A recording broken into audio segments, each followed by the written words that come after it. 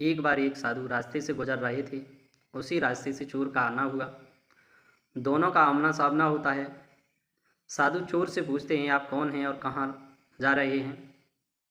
चोर ईमानदार था। उसने बताया कि मैं चोर हूँ और चोरी करने के लिए जा रही हैं। तो साधु बोलता है कि आप चोरी करने जा रही हो, लेकिन राम का नाम लेना है, प्रतिदिन राम का नाम लेना। चोर बोलता है, ठीक है, आपकी बात मंजूर है। फिर साधु बोलता है कि आपको जो भी माँ बहन मिले वो अपनी माँ बहन की समान समझना है, किसी पे गलत दृष्टि नहीं डालना। इस बात से भी वो सहमत हो जाता है चोर और बोलता है, ठीक है, मुझे मंजूर है। साधु और चोर अपने रास्ते पर चले जाते हैं। वहाँ एक राजा रहता था जिसके कोई संतान नहीं थी। उसने अपनी रानी को एक महल में बंधक बना रखा था। उसके पास उसके पहरेदार रहते थे। इधर से चोर गुजरता हुआ उसी रानी के महल में प्रवेश कर जाता है। वहाँ से वो सोने चांदी की आभूषण लेता है और जैसे ही बाहर निकलता है तो उसे रानी देख लेती है।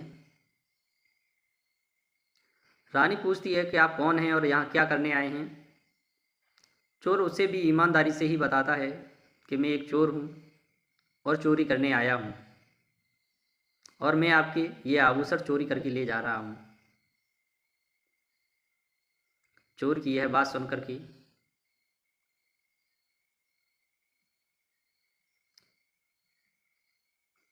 रानी चुपचाप खड़ी रह जाती है। फिर चोर पूछता है कि आप कौन हैं। रानी जवाब देती है कि मैं राजा है उसकी रानी हूँ। चोर एकदम घबरा जाता है और हाथ जोड़ करके विनती करने लगता है और हाथ जोड़ने के बाद बोलता है कि माँ, हमसे गलती हो गई, हम चोरी नहीं करेंगे। यह बात सुन करके दरबारियों ने देखा तो वह दरबारी भागता हुआ राजा को संदेश देता है। राजा तुरंत वहाँ से आता है और उस चोर को पकड़ लेता है।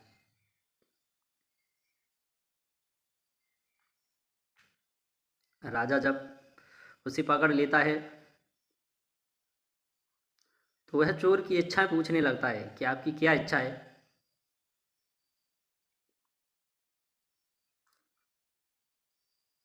यह बात सुन करके वह चोर के मन में वह बात आई कि आपने रानी को बंधक क्यों बनाया है,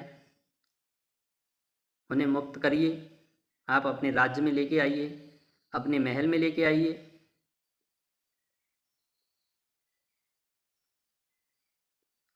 चोर की यह बात सुनकर के राजा बोलता कि ठीक है, ये बात स्वीकार करते हैं। राजा दरबारियों को भेजता है, रानी को बुलाता है, महल में रहने के लिए बोलता है।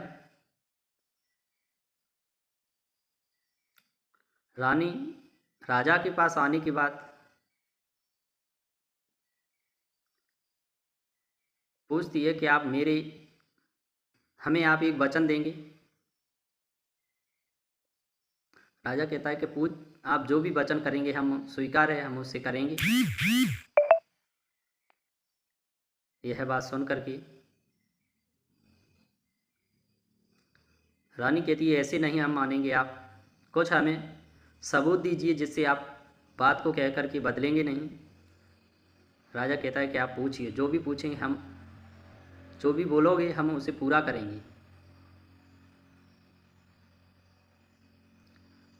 रानी कहती है कि मेरे कोई संतान नहीं है और जब से मैं इस राज्य में हूँ, आपकी रानी बन के आया हूँ, उस दिन से आज दिन तक किसी ने हमसे माँ कह कर के नहीं बुलाया। सिर्फ इस चोर ने ही मुझे माँ बोला है। मैं चाहती हूँ कि मैं इसे अपना पुत्र मानूं और अपने राज्य का उत्तराधिकारी बनाऊं।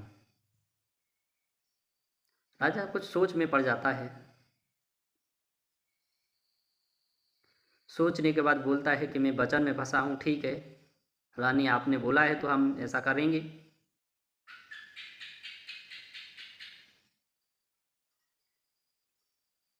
और उस चोर के साथ में वही हुआ।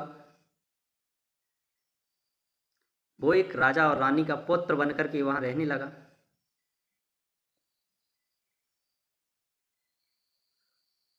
इस कहानी का सिर्फ यही उद्देश्य है, हमें जो भी काम करना है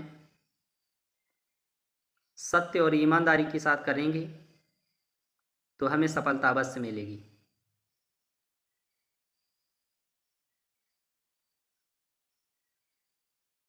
राधे राधे दोस्तों।